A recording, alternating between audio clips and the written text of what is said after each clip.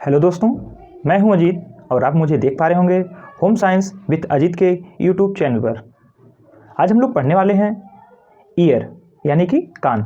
आपको पता है जब हम ईयर की बात करते हैं तो ईयर आपका आता है सेंसरी आर्गन। आपको पता है सेंसरी आर्गन की कुल संख्या 5 है, जिसमें आपका हो जाएगा नाक, कान, जीभ, त्वचा और आँख। तो इसमें हम पढ़ने वाले हैं कान। चलिए एक एक करके देखते हैं। कान को ही इंग्लिश में ईयर के नाम से जाना जाता है। जैसा कि यहाँ पे मैं चित्र बना रखा हूँ कान का, लेकिन कान का चित्र तो यह पूर्ण संरचना हो गई, यानी कि कान की पूर्ण संरचना हो गई। बाहर के कान, अंदर का कान। हमें तो सिर्फ जो दिखता है कान वह सिर्फ इतना दिखता है, जबकि इस भाग में जब हम कान में देखते हैं, कान में झांकते हैं, निगाह लगाते हैं, तब हमको यह भाग दिख जाता है जिसमें से हम कान की गंदगी वगैरह को साफ करते हैं, इसी भाग से। तो यह भाग नॉर्मली दिखता है और यहाँ से हम लोग देखते हैं कि इसी में हमारे कान में गंदगी हो जाती है और इसी को हम लोग साफ करते हैं, जबकि इस भाग को हम लोग देख नहीं पाते हैं। लेकिन आपका जो संपूर्ण कान है वह आपका इतना है। कान आपका एक अवशेषी अंग है, जबकि पूरा कान अवशेषी अंग नहीं है। जबकि कान का हमने तो बोल दिया कान एक अवशेषी अंग, आपको लिखा हुआ मिल जाएगा, लेकिन संपूर्ण कान यानी जो कान के हमने 3 भाग बताए आपको। यहाँ पे देखिए आउटर, मिडिल और आपका इनर। जो आपके ह्यूमन के कान का जो आउटर होता है यानी कि जो बाहर का होता है, जिसे हम लोग पीना यानी कि कर्णपल्लव के नाम से जानते हैं। कर्णपल्लव, पीना, यह आपका एक अवशेषी अंग है। क्योंकि जैसा कि हम लोग देखते हैं जानवरों में, जो जानवरों का कर्णपल्लव हुआ करता है वे ध्वनि के अनुसार किस साइड से आवाज़ आ रही है, जब उनको फील होता है तो अपने कान को खड़ा कर, यानी कि उसमें वे एक्टिविटी कर पाते हैं, यानी उसको अपनी इच्छा के अनुसार उसको घुमा पाते हैं, ऊपर करते। देखते हैं यहाँ पे भी कुत्ते होते हैं, उनको ज़रा सा भी आवाज़ मिलती है तो अपने कान को खड़ा कर लेते हैं, जिससे अधिक से अधिक टकराने वाली आवाज़ उनके कान के अंदर पहुँच सके और उसको सुन सकें। ऐसे कर लेंगे जिससे इतनी आवाज़ टकराए, जो भी टकराएगी आवाज़ इसके माध्यम से अंदर आए उसको हम सुन पाएँ। यानी कि जानवरों में कानों पर अपना नियंत्रण होता है, जबकि हम ह्यूमन की बात करते हैं तो मानव का इस पर नियंत्रण अब रह नहीं गया है। बहुत कम लोग होते हैं जो अपने कान को हिला पाते हैं। 1000 में 1-2 मिल जाएंगे, नहीं तो जनरली कोई हिला नहीं पाता वह। तो आपका जो कान का बाहरी भाग है अर्थात जो कर्णपल्लव है, इसको पिना के नाम से जाना जाता है। ये आपका एक अवशेषी अंग के रूप में इसको हम लोग जानते हैं। इसकी बात हो गई। तो सबसे पहले जब हम कान की ही बात करते हैं तो हमें पता है कि कान के ही माध्यम से हम किसी आवाज़ को सुन पाते हैं। यदि हमारे पास कान ना हो तो हम किसी आवाज़ को सुन नहीं पाएंगे। आप लोग देखते हैं कि जो लोग बहरे हुआ करते हैं, विकलांग हुआ करते हैं, कान से बहरे हुआ करते हैं, वे आवाज़ को सुन नहीं पाते हैं। तो कान की बहुत भूमिका है, सुन नहीं पाते हैं। अब जब हम किसी आवाज़ को सुनते हैं तो हमारे दिमाग में एक बात आनी चाहिए कि कोई भी आवाज़ हमारे कानों में कोई भी धुन कितने समय तक रहती है। क्योंकि हम आपसे बात कर रहे हैं वीडियो के माध्यम से और आपके कान में एक ही आवाज़ हमने शुरू में ही बोल दी आपसे, कान, और यही कान कान कान आपके आवाज़ में बराबर बनी ही रहे घंटे 2 घंटे तक, तो क्या मैं 1-2 घंटा और कोई आपसे बात कर पाऊँगा? नहीं। क्योंकि जब आपके कान में सिर्फ एक ही आवाज़ जा रही है, कान, तो उस बीच में यदि हम कोई और बात, किसी और बात को बोलेंगे तो आप जो है नहीं सुन पाएंगे। और ठीक यही कॉन्सेप्ट जो आप लोग वीडियो देख रहे हैं, इसमें आपका फ़ोटो खींचा जाता है और उसी फ़ोटो को इतनी तेज़ गति से आगे बढ़ाया जाता है कि आपकी आँख उसे एब्जॉर्ब नहीं कर पाती है कि ये फ़ोटो था, कि फ़ोटो चल रहा है, कि क्या हो रहा है। यानी कि बहुत तीव्र गति से फ़ोटो को क्लिक किया जाता है और उसको चलाया जाता है क्रमवार, जिससे हमारी आँख पकड़ नहीं पाती है कि ये फ़ोटो ही है, ये तो फ़ोटो चल रहा है, उसे हम लोग वीडियो नाम देते हैं। वही स्थिति कान पे होती है। तो कोई भी आवाज़ हमारे कानों में 1/10 सेकेंड यानी सेकेंड का 10वां भाग, 1 सेकेंड के 10वें भाग तक कोई भी आवाज़ हमारे कानों में रहती है। बात समझ आ गई? 1/10वां भाग। अब यहीं से एक कॉन्सेप्ट बनता है, आपके दिमाग में तुरंत बात आ जाती है प्रतिध्वनि की। 1/10 सेकेंड। तो प्रतिध्वनि हमें सुनाई क्यों देती है? प्रतिध्वनि हमें सुनाई तभी देगी जब हम किसी आवाज़ को निकालते हैं और वह आवाज़ किसी मार्ग को तय करे और तय करने के बाद तुरंत वहाँ से रिफ्लेक्ट होकर के लौट करके हमारे कानों में आए, और इसके बीच में जो समय हो वह 1/10 सेकेंड से अधिक का गुजर चुका हो। यानी कि ध्वनि को उस मार्ग को तय करने में कम से कम 1/10 सेकेंड से अधिक का समय लगा हो, और तब हमारे कानों तक आती है, तब हम उस आवाज़ को सुन पाते हैं। उसी को ही प्रतिध्वनि के नाम से जाना जाता है। अर्थात हम ध्वनि की चाल की बात करें तो ध्वनि जिस चाल से चलती है उसके लिए कम से कम 17 मीटर, कहीं पे आपको 16.8 मिल जाएगा, यानी कि 16.8 मिल जाएगा, आपको 17 मिलेगा, 17 मीटर, कहीं पर आपको 17.2 भी मिल जाएगा।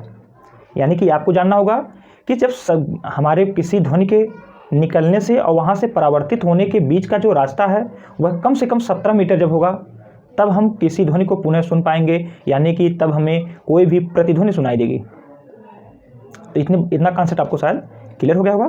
चलिए एक एक करके देखते हैं। तो इतनी बातें हम लोगों ने जाना। अब देखते हैं कि अगर हम कान की बात करें, कान, ईयर, इसको 3 भागों में बांटते हैं। कान को 3 भागों में बांटते हैं, आउटर, मिडिल और आपका इनर। बाहरी भाग, मध्य का भाग और इनर। जो आपका बाहरी भाग हुआ करता है यह आपका 2 प्रकार का होता है। इसको 2 भाग में बांटते हैं। 2 भाग आपके मुख्य हैं। नहीं तो जो आपका बाहरी भाग होता है जिसको हम लोग कर्ण पल्लव के नाम जानते हैं, पीना के नाम जानते हैं, यह 7 प्रकार का होता है। लेकिन जिसे हमें जानना चाहिए, जहाँ से क्वेश्चन पूछता है, वो आपका 2 है। 2 कौन कौन सा है? इसी पहले यहाँ पे जान लीजिए, इसी आउटर पार्ट को ही कर्ण पल्लव, इसी को इंग्लिश में पीना कहते हैं। और इसी पीना को 2 भाग में बांटते हैं। इसका 2 भाग है, आपका है हेलिक्स और एक आपका है लेबुला। हेलिक्स और आपका लेबुला। वहीं पर जब हम मिडिल भाग की बात करते हैं तो आपका जो बाहरी भाग है वह आपका इतना है। मिडिल भाग आपका यहाँ से प्रारंभ होता है और आपका यहाँ से चलता है, और इसके बाद आपका होता है इनर भाग, यानी कि आउटर, मिडिल, इनर। अब जब हम आउटर भाग की बात करते हैं तो हमने आउटर यानी कि कर्ण पल्लव पीना को 2 भाग में बांटा। जो आपका 2 भाग होता है वह कौन कौन सा है? आपका एक हेलिक्स है और आपका एक लेबुला है। और इसके साथ ही साथ जो कान का बाहरी भाग होता है, आउटर पार्ट होता है, वह आपका कार्टिलेज का बना होता है। आप लोगों को जानकारी होगी कि कार्टिलेज और अस्थि में अंतर है, जबकि अस्थि का पूर्ण रूप ही कार्टिलेज है। आपको पता है जो कार्टिलेज से हमारे कान, नाक की हड्डियाँ, ये सारे कार्टिलेज की बने होते हैं, और छोटे बच्चों की हड्डियाँ कार्टिलेज की बनी होती हैं। इसी कारण से बच्चा अपने शरीर को घुमा पाता है हम लोगों की अपेक्षा काफ़ी अधिक। जहाँ से देखते हैं उसकी हड्डियाँ लचीली हुआ करती हैं, और जनरली हम लोगों की हड्डियाँ लचीली नहीं होती हैं। हड्डियाँ उसकी लचीली होती हैं, उसका कारण है कि उसकी हड्डियाँ कार्टिलेज की बनी होती हैं। जैसे जैसे वह वयस्क होता है, एडल्ट होता है, उसमें कैल्शियम, फास्फोरस का जमाव होने लगता है और वह जो हड्डियों का रूप धारण कर लेता है, तो कार्टिलेज से हड्डी बन गई, कठोर हो गया। लेकिन जो कान और की नाक की बात करेंगे, इनकी जो हड्डियां हैं ये आपकी कार्टिलेज की बनी होती हैं, और कान का जो बाहरी भाग है वह कार्टिलेज का। अब यहाँ पे देखेंगे तो जो हेलिक्स की हमने बात किया, तो हेलिक्स यानी जो कान का जो बाहरी भाग है, आउटर पार्ट है, कान का जो ऊपरी हिस्सा है, उसी को ही हेलिक्स के नाम से जानते हैं, उसी को ही हेलिक्स के नाम से जानते हैं। और वहीं पर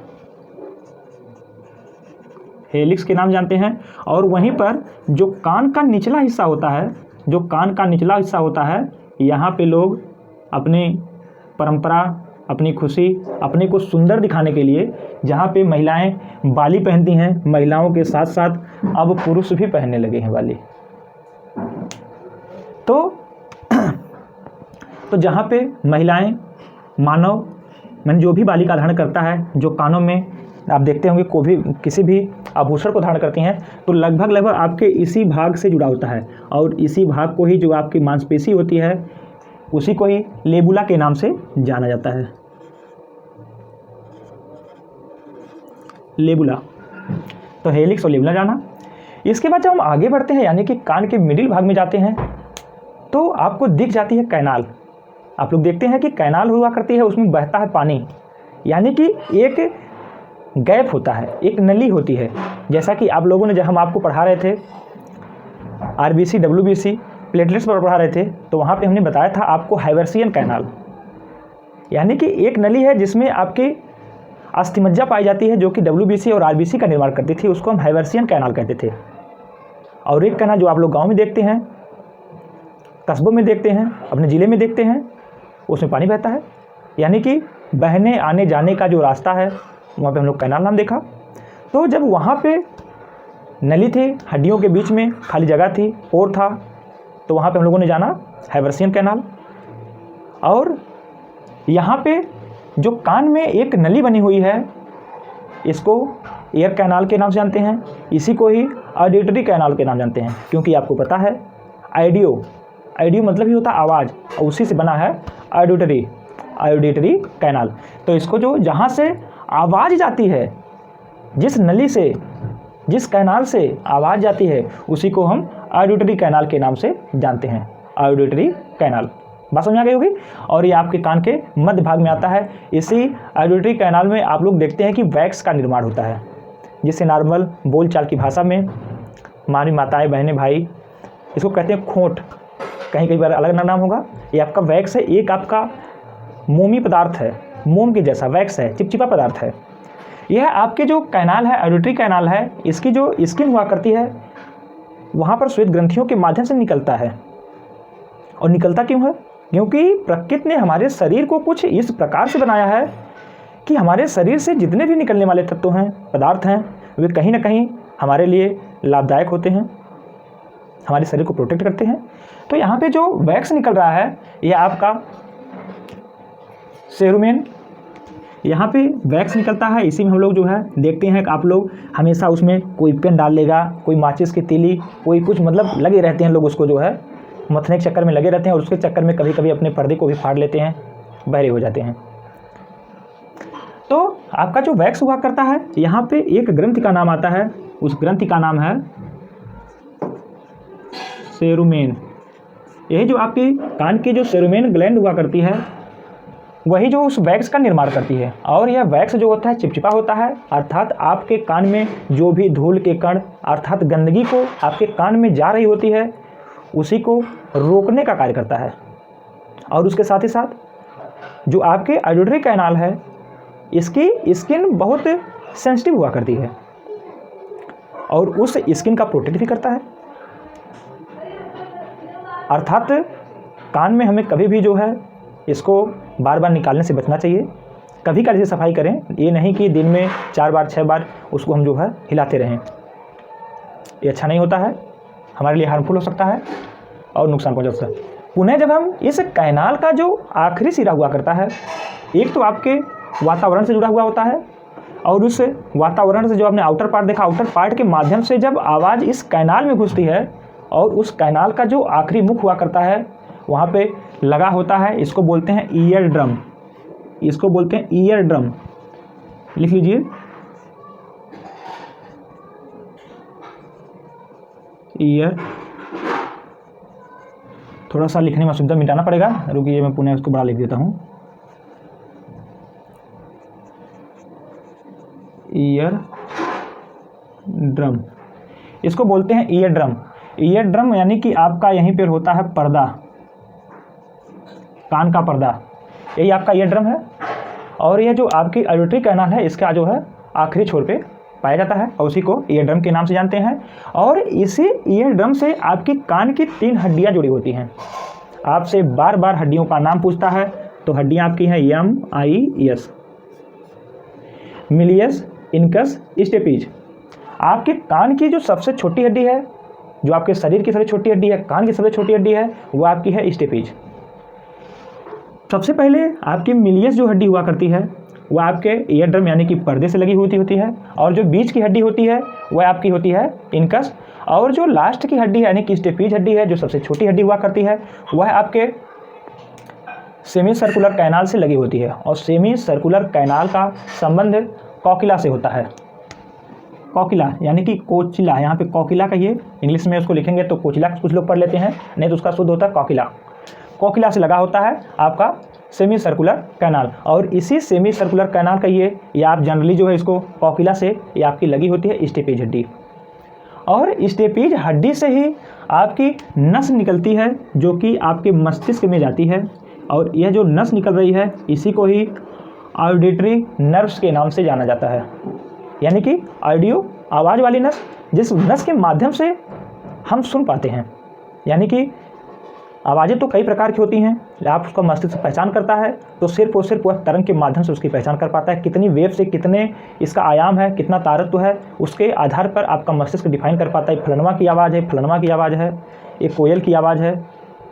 ठीक, तो ऑडिटरी नर्व्स। अब ध्यान से देखिए, आवाज़ जो है वातावरण से यहाँ से एंटर करेगी, आपके ऑडिटरी कैनाल के माध्यम से आपके ईयर ड्रम पे जाएगी। ईयर ड्रम यानी कि पर्दा एक है, जैसा कि आप लोग ढोल को देखते हैं कि उसको जब पीटता है ढोल को बजाने वाला तो उसकी जो आवाज़ हुआ करती है टकराती है, यहाँ से कंपन होता है, उसमें जो है तारत्व आयाम उत्पन्न होता है, तारत्व उत्पन्न होता है, और उसी के माध्यम से हम भिन्न भिन्न आवाज़ों को सुन पाते हैं। तो यह आपका है पर्दा, और जब आवाज़ जाएगी तो इसमें होगा कंपन। जब इस पर्दे में कंपन होगा तो इसी से जुड़ी आपकी है मिलियस, ये बहुत हल्की हड्डियाँ हुआ करती है, मिलियस जुड़ी है, मिलियस से आपकी इनकस है, इनकस से आपकी स्टेपीज है।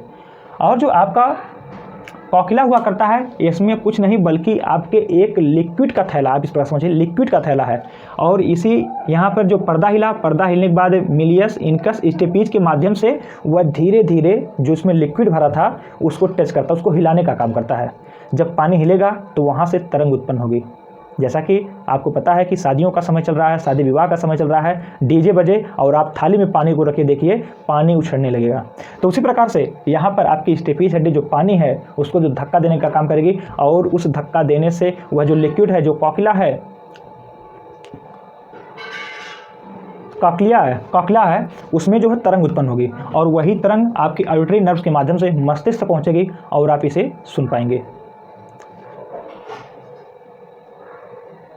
तो हमें उम्मीद है आपने कान को अच्छे से समझा होगा, जो कि आपके पास में ही है, जिसके माध्यम से ही आप हमें सुन पा रहे हैं। तो यदि आ गया हो समझ में तो कर दीजिए लाइक, और हमारे चैनल पे प्रथम बार विजिट कर रहे हो तो हमारे चैनल को सब्सक्राइब करके हमारे मोटिवेशन को बढ़ाइए, और छोड़ जाइए एक प्यारा सा कमेंट, जिससे हम आपके लिए निरंतर कार्य कर पाएँ। धन्यवाद।